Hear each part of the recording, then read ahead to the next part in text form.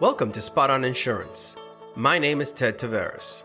Join us each week as we speak to insurance professionals, attorneys, regulators, and compliance specialists on topics ranging from improving your agency to staying on the right side of the law. Subscribe and stay informed on the effects of new trends and disruptive emerging technologies on your businesses and your industry. Hello and welcome to Spot On Insurance. This is your host, Doug Foresta. Today, my guest is Matt Dietz. He is a farmer's agency owner in Boise, Idaho. And we're going to be talking about, essentially what we're talking about today is running an efficient agency. And one of the questions, I guess, would be, is bigger always better? I think you'll really get a lot out of this episode. Welcome, Matt Dietz. Thank you for joining me. Hey, Doug. Yeah, thanks for having me. Thank you. So, before we start, I just want to say that you had shared with me before we went on air that you run a 4,000 policy agency with 2 full-time staff. And my understanding is that that's not the norm, right? That's true. When I first started, I had to learn how to do all this stuff from scratch. This was the first business that I have ever run. It's the only business I've ever run. So I'm self-taught with all this stuff. So I was trying to figure out metrics on, once I got to a point where I needed to hire staff members, like how often should I hire and what should they be doing and stuff like that. And, the metric that I was given early on was like, you should have, 1 full-time staff member for every 1,000 policies. So I kind of went by that. I did that for a while, and that can definitely work. But we found a way that you can have it done with 2. I have 2 full-time, very professional, licensed staff members that can fully help me, run my business. So I've been doing it for 13 years now. I've run my business with different permutations all the way up to 5 or 6 people I've had working here before. So, but I've found through the course of all of this that it can be done my agency can be done with 2 people. Well, I know that, you shared with me that maybe we can give a little bit of context here for our listeners that, you are, as I mentioned, you're a farmer's agency owner in Boise, Idaho. And it was kind of by necessity, right, that you had to become more efficient. Can you say a little bit about that? About, what is it about being in Idaho? Sure. Yeah. So I think there's something with entrepreneurs or business owners that when they start their business, there's kind of this bigger is better, this sky is the limit mentality, which can be very healthy. Absolutely. We all want to grow our businesses. And so my business grew straight up for 8 years. I mean, we grew and we grew and we grew and we grew. And it got to the point where I felt, that I could just get as big as I want. My wife and business partner were like, let's see how big we can get this. That felt good. Let's just keep going and growing and let's create this behemoth of an agency. The agency empire, yes. Right. Why not? What are we doing here, right? Let's keep going. So I opened a second location across town, and I was like, we're going to staff up. We're going to fill this thing up with salespeople, and we are going to put numbers on the board that nobody have ever seen. And it didn't work. We could not scale, and there were a number of things. I could go into a lot of detail on why, but really finding the right people, I think all agency owners will agree that finding the right people it's the toughest part of the job. I think it's one of the hardest parts of my job is finding the right people to help me in my agency. So I had a second location. I had 5 people working for me, but 3 of those people were kind of in a revolving door. I could not find a good salesperson to stick. They'd come on, they would last 90 days, and they would quit. So I'd get them and I'd train them and I'd get them to an optimal point where they were just about ready to start selling and just about ready to start making me money, and they would quit. And this happened 4 times, 5 times. And it gets expensive, Doug. I mean, you got to pay these people while you're training them. Right. And they're not delivering anything for you. You're not recouping that investment. No. It might cost you $10,000, for 3 months of training and stuff like that to get nothing back. So how many times do you want to do this, right? So we got to the point where we just cannot figure out a way to make this stick. The other thing that's important is Idaho is considered a low premium state, meaning that the insurance here is cheap. I mean, my average homeowner's policy is like, it's like less than $600. Wow. And so we don't make a lot of money off of these policies, and we write a lot of business. You know, I might make $30 on an auto policy, right? And so how do you pay people? You know, that's when you're selling a lot of business, but if you sell 80 policies in a month, I mean, we might make $4,000 in commissions, you know, by selling those 80 policies, but that's it. You know, you can't pay a team of salespeople when you're not making the money to do it. You know, so we reevaluated. We shut down the other agency or the other location. It was all one agency, but we shut it down. We came back to kind of the mothership, which is this little 600 square foot office. And I was like, I'm just going to get 2 people who are really good, and we're going to make it work. And we've been able to make it work.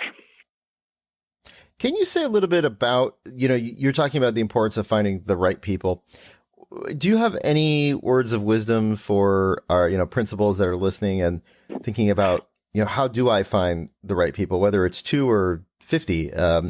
You know, how did you find the right people? It's really hard, and I wish I had the formula to do it, because I ask the same question to my colleagues and people that are doing it right too. I've tried everything, Doug. I have tried.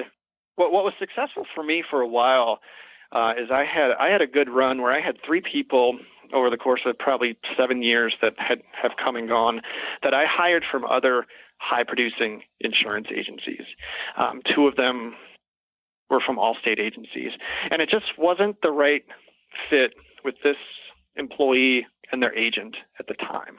So they just weren't in a place in their career where they were kind of vibing with their agent, so they got in a job search, and at the same time I was looking to hire. And so what I did is I'd bring someone in and I'd interview them, and I require my people to cross-sell. Like, sales is a really important part. I only have 2 people working with me here, so sales, of course, has to be part of their job description. Right. So I would ask them to come in, and I'd want to see proof of their sales numbers. So that was one thing I started to do differently. I knew they were licensed. They were working in an active, high-producing agency. And I know this because Boise's not that big of a town. We've got 400,000 people here, but the insurance community, we all kind of know who each other is, you know. So if I'm looking at hiring someone from another agency across town and I recognize the name, I know they've been around for a while.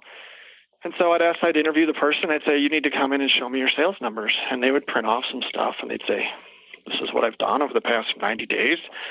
And it'd be a really good indicator on if they knew how to sell or not. I've had dozens of people tell me they can sell right to my face, and they just absolutely were terrible at it. So the only thing they sold was me. Right, they did sell themselves enough to get in the door, right? Right. It always made me mad. I'm like, if you could sell me to get this job, why can't you go sell insurance? It drives me nuts. That's a very good point. So that's one thing I did differently. The last hire I made, which was really about a month ago, we went off the page, and I hired someone who has 0 insurance experience and wasn't licensed. And I hired her basically on attitude and aptitude. That's interesting. Yeah. Where do you put that? Yeah. I mean, where do you weigh that? Would you rather have someone, I mean, obviously you'd rather have someone who has everything, right? All the experience and the aptitude. But if you had to choose, you know, between aptitude and ability to learn, or somebody who has a lot of experience, but maybe you don't feel like is the right fit necessarily. I mean, where do you lean on that? Well, since you're asking me that today, I'm just coming off of a period of time where I was working with an employee that just wasn't a good fit in my agency. This is interesting because she'd worked here for 3.5 years, and she knew everything about my business in a good way. She was a good employee.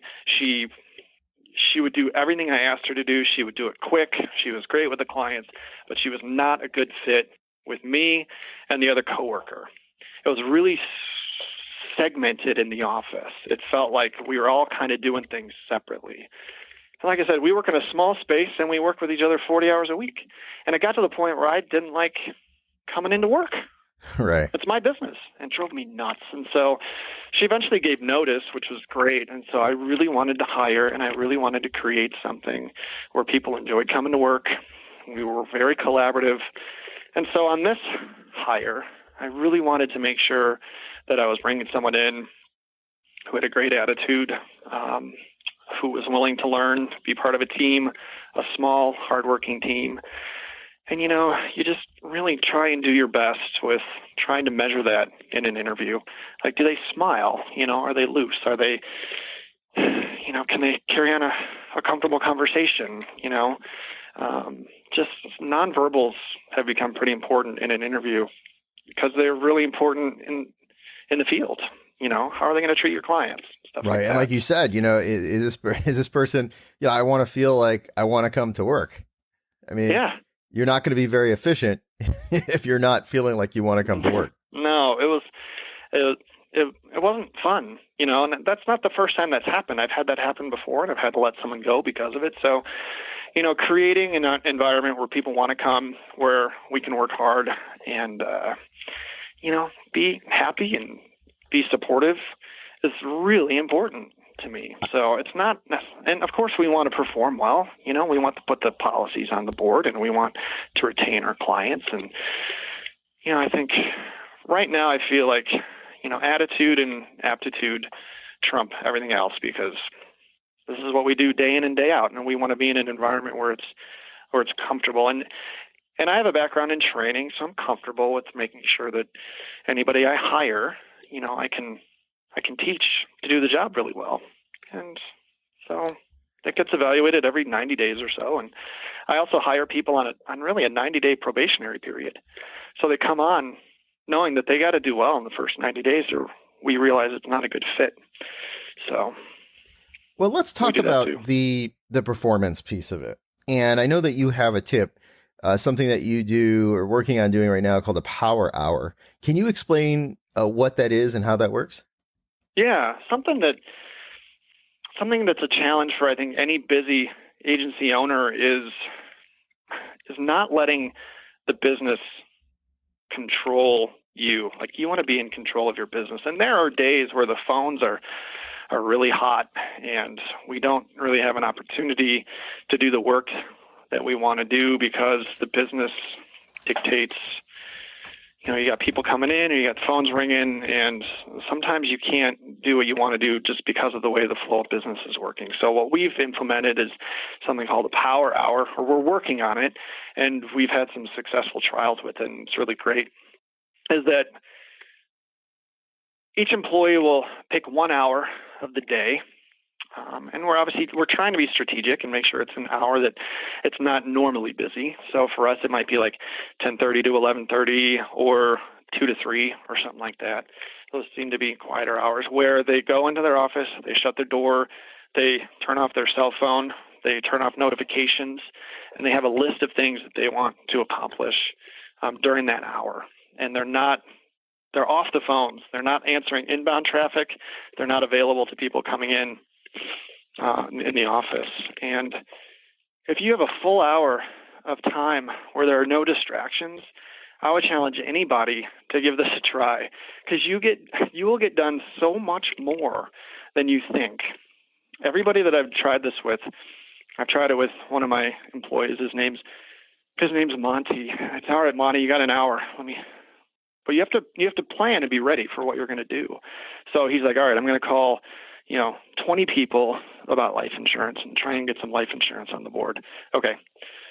Well, he called all 20 and was done in like 20 minutes. I mean, you can do so much if you have an hour of time that's completely uninterrupted.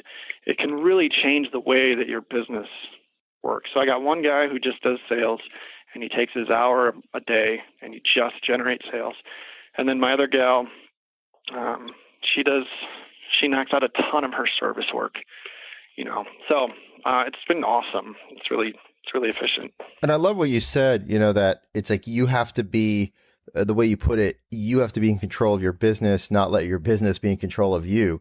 And it is amazing how much you can accomplish when the phones are not ringing. Like that 1 power hour, you could probably get more accomplished than, of course, part of the business is answering the phones and all that. But Sure.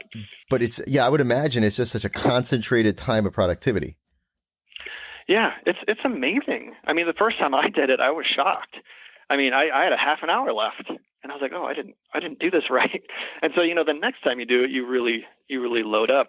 So it's important not just to turn off your notifications and maybe power down your cell. Some people put their phone on airplane mode and stuff like that. Is to be prepared and have a list of what you're going to do that hour.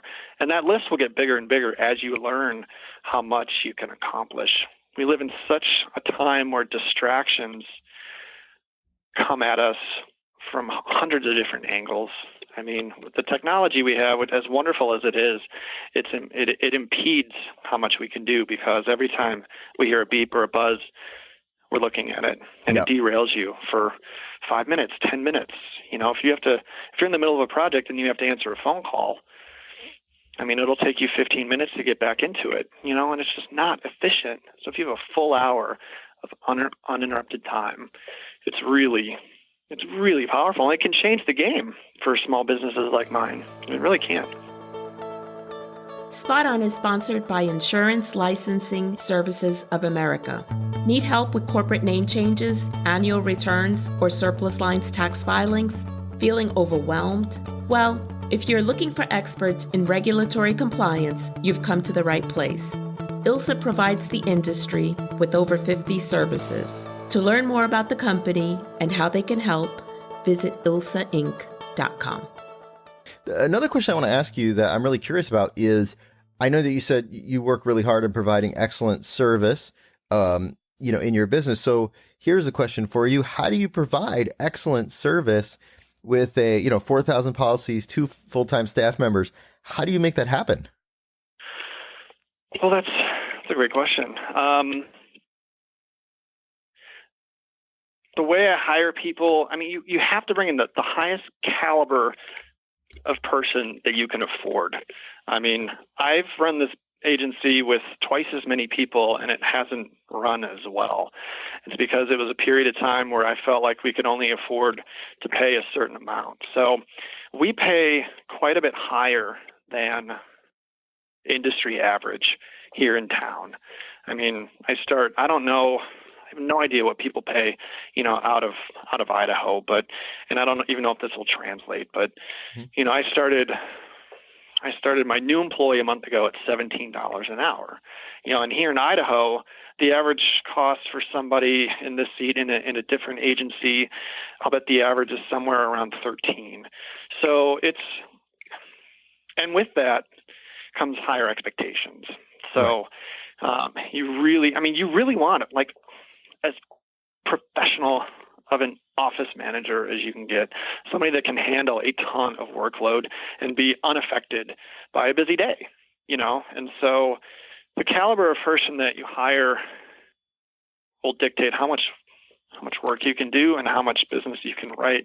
So I think the most important thing is doing that. And it took us some time. When we first started, we were paying people $11 an hour, and we were hiring 24-year-old kids, and they did what they could do, but we got tired of the complaining and the level of employee you get for $11 an hour employees. So my wife and I sat down and we're like, well, let's see what happens if we hire someone at $15 an hour.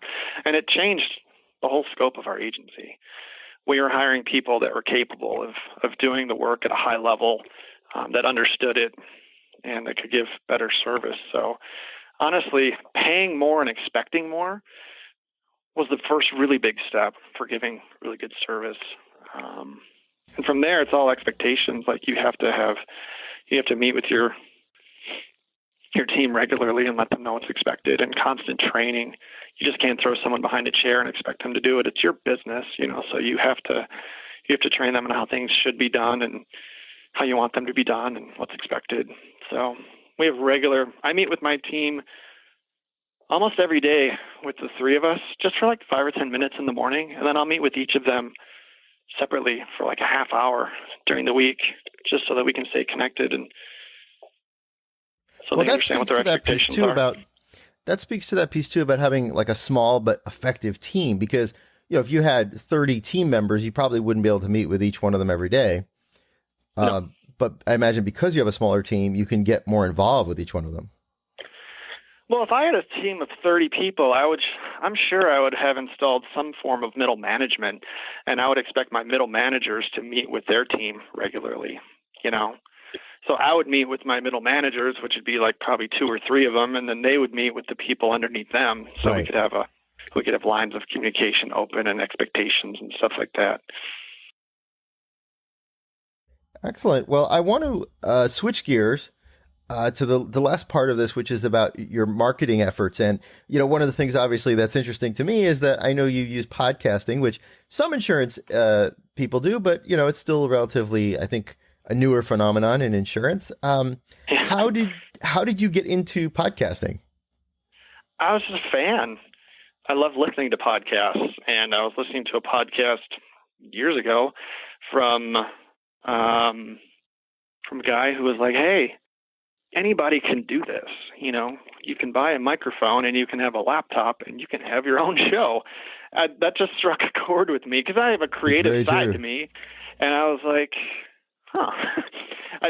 Before he said that, I may have not thought that was something I can do. I might have thought that only like podcasting professionals are allowed to podcast, but we live in such a cool time where you can buy a great microphone from Amazon for $100 and you've got a laptop and the software is free and it doesn't cost almost anything to do this. And so I was like, well, that sounds like fun. I think I want to do it just to do it, but I needed to figure out what to talk about, right? You got to have content. Sure, absolutely.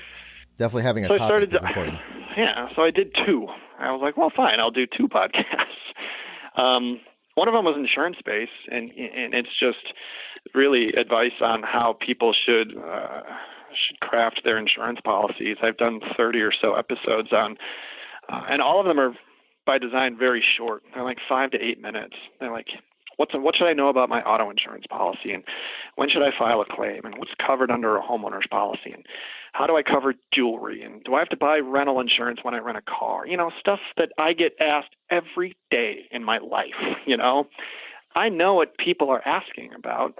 What does the general public want to know about their insurance? Well, I know. I've been doing this every day for 13 years, so I know the information that they want to know. I know what they should know. So I put it out in bite-sized pieces, And then the other one I do for a marketing standpoint, because I like to write. I love working with small business owners. So I started an interview-style podcast just like this one, where I meet with local business owners and I have them share their story. And the purpose behind that was to thank the clients that I have that I insure from a commercial standpoint. I have their commercial policies. So I'd bring them on and I'd say, "Hey, tell me your story. How did you get into landscaping? And what was your first year like? And what were the challenges?" And man, it turned into something really fun for me because I got to meet and talk with a lot of really smart, cool people. And I got to learn some tricks that I wouldn't have learned any other way. Right. You get free consulting, right? Right. I met with a marketing guy. I was like, "So how would you market my business?" And it's part of the show, right? I met with a social media expert. She's my resident social media expert. I have her on every year because social media changes so much. So I was like, "Well, tell me what are some best practices for live streaming?" And she will tell me, and I'll be like, "Well, how should I do it?" So it's great because I get to learn a whole bunch of cool stuff from a whole bunch of really cool people. But it also gives them a product on the back end that they can share with their clients, and they really appreciate it. And I'll tell you, Doug, I've written a lot of business from these people because of it, and I don't even have to ask. They just come to me when their insurance is ready. Wow. So I was going to ask you that question, whether it translates into business. Obviously, it does. Almost all of it, Doug. I mean, it's funny. I've had 2 different scenarios. I had one guy that I interviewed who was shocked that I didn't ask him about his insurance while we were recording. This is a marketing guy, and he was like, "I was shocked that you didn't put me on the spot during our podcast." I was like, "That is just not my style at all. I'm not I'm not a pushy salesperson. I would much rather people come to me and ask. I was like, he's like, you should do that. He's like, you should ask everybody you come on. He wanted me to put everybody on the spot. And that's just not my style. He would have done it. But then I interviewed another guy a year later, and he was like, Matt, through this whole process, because you have to meet with him kind of beforehand and do some prep and stuff like that. He's like, through this whole process, you never once asked me about insurance, and I really appreciate that. So I'm going to move all my stuff over to you. So I was that's amazing. Ta-da! Yeah, so exactly. The last one I want to ask you about is, I know that you also use Facebook marketing. Can you say a little bit about what you do there? Are you running Facebook ads? Are you using a business page? What do you do with Facebook? Yeah, I bought some training with Facebook because I think it's really where a lot of people's attention is these days, and you just want to be in front of people where they're spending their time. Everybody is just staring at a screen. They're staring at their phone, they're staring at a tablet, they're staring at a computer. Like, you want to get in there. It's like you have to get in there. So yeah, I'm doing as much studying and research as I can on this, and I took it as far as I could before I realized that it's pretty complicated if you really want to get in there and do it right. So I bought in a program called Career Agent Concepts, and it teaches you how to use Facebook advertising specifically for insurance agents. So it's a group of insurance agents that are in there, and we're all helping each other out on how to create ads to get in front of people to help us out. So I think there are about 250, 300 agents in this group right now. And there are like 100 different webinars that you can get in and watch and learn how to do it. One of the best things that I've learned is one of the best referral sources for someone like myself is a mortgage broker, because you have to have insurance to close a loan. But I've found that getting leads from mortgage broker or business from mortgage brokers is tough, because they're getting marketed to by insurance agents all the time. So what this program teaches you is how to create leads for mortgage brokers. So I can go to a mortgage broker and give them leads for business, which no one else is doing. You're helping build their business. And so in return, they will refer to you, which is really, like, if you're giving leads to a mortgage broker, right, they will give you all of their business. Right. I mean, it's that's a no-brainer for them, right? Right. So that's been working out really well. I've been doing it probably for 60 to 90 days, and we've definitely seen an uptick in referrals from this one mortgage brokerage that we've been sending referrals to. It's been really good, so we're just going to keep trying it. My guest today has been Matt Dietz. Matt, you've given us some really great stuff. I mean, just a lot of great content. So where should we send people today to learn more about you, to learn about your podcast? Tell our listeners how they can learn more about you. Yeah, you bet. I'm all over the place. I have a blog that I run all my podcasts through, and I write about my business as well at DietzAgency.com. That's my blog. You can find both of my podcasts on iTunes. My business one is called None of My Business, and my insurance one is called Simply Explaining Insurance. I'm on Twitter and Instagram, and my handle is at Dietz Agency. So you can find me. I'm all over the place if you look hard enough. You're not hard to find. Right. Yeah. Well, Matt, thank you so much for joining me today and sharing your words of wisdom. I really appreciate it. Yeah, thanks, Doug. This was a lot of fun. I really appreciate it as well. Thank you. Thanks so much. All right. Visit SpotOnInsurance.com, where you discover an ever-growing library of podcasts, videos, articles, and online tools by professionals for professionals to enhance your insurance education. By the way, that's where you'll also find our podcast notes and bonus resources. Please don't forget to click the iTunes link to rate and review, and let others know what you think of Spot On Insurance. Thank you for joining us, and we'll catch you next week.